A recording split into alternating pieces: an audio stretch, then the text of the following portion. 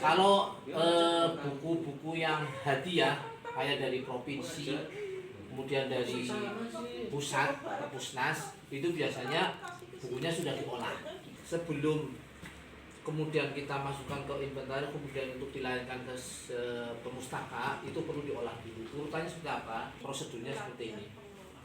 Jadi buku-buku yang sudah dibeli sebelum kemudian kita masukkan ke inventaris, kemudian untuk dilayangkan ke pemustaka, itu perlu diolah dulu. Urutannya seperti apa? Ketika buku yang ini yang dibeli datang, kita cek dulu dengan fakturnya, apakah sesuai bukunya dengan faktur yang sudah dibeli, yang ada daftar bukunya.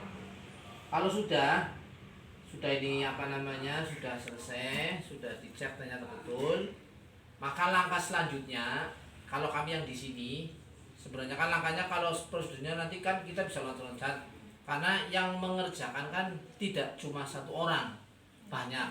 Cuma pekerjaan kalau untuk pengolahan yang pertama di sini adalah yaitu dengan menstempel. Nah, stempelnya kalau di dinas perpus ini ada 3. Ya, jadi di sini ada 3 stempel. Yang pertama adalah stempel dinas, dan letak penempatan stempel ini yang dinas ini adalah di bagian depan. Ya, jadi nyetempel buku itu tidak asal menyetempel, ada aturan bakunya. Ya, ini nyetemnya di depan, satu aja. Nah, jelas ya. Nah, nanti setelah itu kemudian di stempel inventaris. Bentuknya seperti apa? Seperti ini. Hasil stempelnya seperti apa? Seperti ini. Kayak gini. Ini kalau ini kayak gini. Dan peletakan stempel ini hanya di halaman balik judul. Ya, halaman balik judul siapa, Pak? Yang namanya halaman balik judul itu adalah satu halaman yang memuat informasi tentang buku ini, mulai dari judulnya, pengarangnya, ya, kemudian penerbitnya siapa, tahun terbitnya berapa, SB-nya semuanya di sini. Karena data ini yang nanti akan dibuatkan untuk pembuatan katalog. Kemudian ada stempel satu lagi, namanya stempel khusus.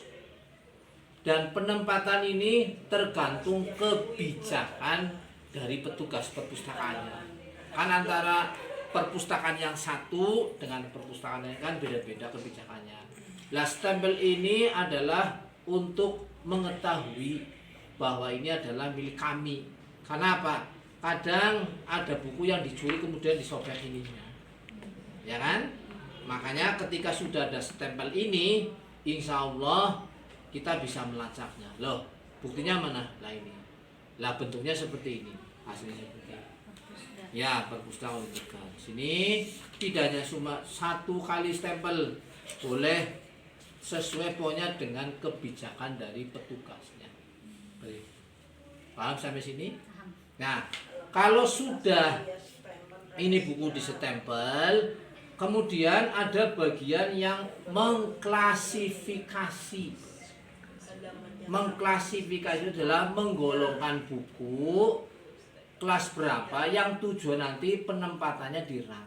Kan kalau misalkan di toko kan misalkan celana jin semua, buku semua, terus minyak goreng semua, itu juga namanya klasifikasi. Cuma klasifikasinya itu kan barang dagangan itu untuk kebutuhan rumah tangga.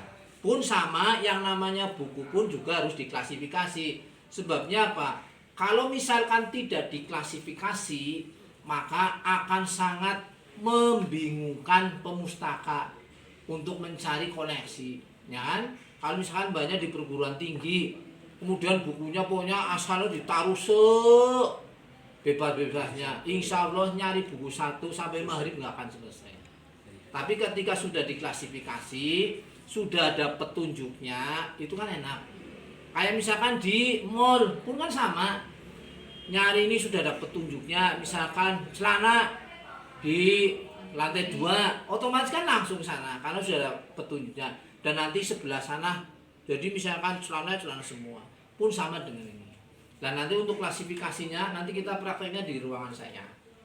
Nah sudah ya, ini klasifikasi. Dan kalau di manual biasanya itu klasifikasinya itu pakai DDC yang buku kecil warnanya jambon hitam. Tapi kita sudah menggunakannya yang elektrik, jadi tidak manual lagi. Jadi mencari klasifikasi itu cepat seperti itu. Nah, mencari subjeknya begini cepat. Paham sampai ini? Paham ya? Kalau sudah diklasifikasi, baru dimasukkan ke buku inventaris. Nah, perlu dibedakan bahwa antara buku inventaris ini pembelian sendiri, sehingga antara inventaris pembelian dengan inventaris harga itu harus dipisah. Ya, karena ini pembelian, makanya kita pun memasukkannya ke buku inventaris pembelian. Ini sudah ada contohnya, buku inventaris pembelian. Dan ini formatnya seperti ini. Nah, ini formatnya seperti ini. Ini nomor urut, ya. Nomor urut, kemudian ini tanggal. Tanggal ini adalah tanggal memasukkan buku ini ke dalam buku ini. Misalkan hari ini tanggal berapa? 17. Berarti 17 November 2020. Nah, di sini yang pertama dicantumkan di sini formatnya, kebetulan di sini pengarang. Tulis pengarangnya. Sekali ini, ya. Pengarangnya mana? Tinggal dicari seperti ini. Nah, ini pengarangnya. Misalkan ini buku. Tulis pengarangnya seperti ini, ya. Kemudian judulnya ditulis lengkap. Ini, kemudian di sini ada penerbit. Nah, cara melihat ininya sih di mana? Lah, yang tadi di halaman balik judul. Jadi di sini informasinya untuk mengisi data yang ada di buku inventaris itu sudah ada semua. Sampai sini paham? Nah, kalau sudah dimasukkan ke inventaris, kemudian dibuatkan kelengkapan bukunya.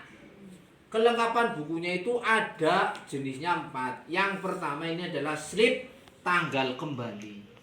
Slip tanggal kembali ini adalah sebagai tanda untuk pemustaka, barangkali buku ini dipinjam, nanti buku ini akan dikembalikan tanggal berapa. Kalau ini namanya kartu buku. Kartu buku ini adalah sebagai tanda ini buku ini. Mulai dari call number-nya, ya. Ini call number itu nomor panggilnya, pengarangnya dicantumkan semua. Kemudian ini kantong buku. Kemudian kelengkapan satunya adalah ini. Namanya label. Label itu sebagai tanda bahwa ini buku ini milik ini nomor panggilnya, ini pengarangnya, ini huruf pertama judul. Nah, ini C2 sih maksudnya apa? Bahwa buku ini eksemplarnya lebih dari 1. Sudah ini selesai. Karena di sini sudah sistemnya aplikasi, sudah online pelayanannya, sehingga setelah buku ini dimasukkan ke inventaris, baru dimasukkan di entry lagi ke komputer. Kalau kami di sini pakainya aplikasinya Invis. Artinya buku ini, data ini dimasukkan kembali. Untuk apa? Biar buku ini mendapatkan barcode seperti ini. Ya, karena ini sudah sistem. Jadi begitu datanya masuk, dengan sendirinya tinggal klik buat barcode-nya, nanti muncul seperti ini.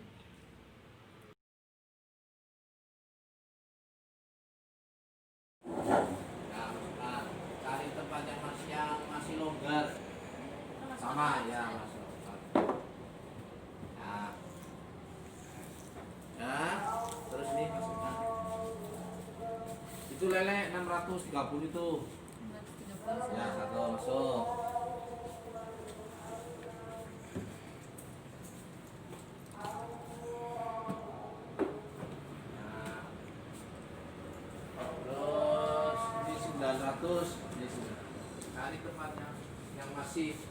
longgar.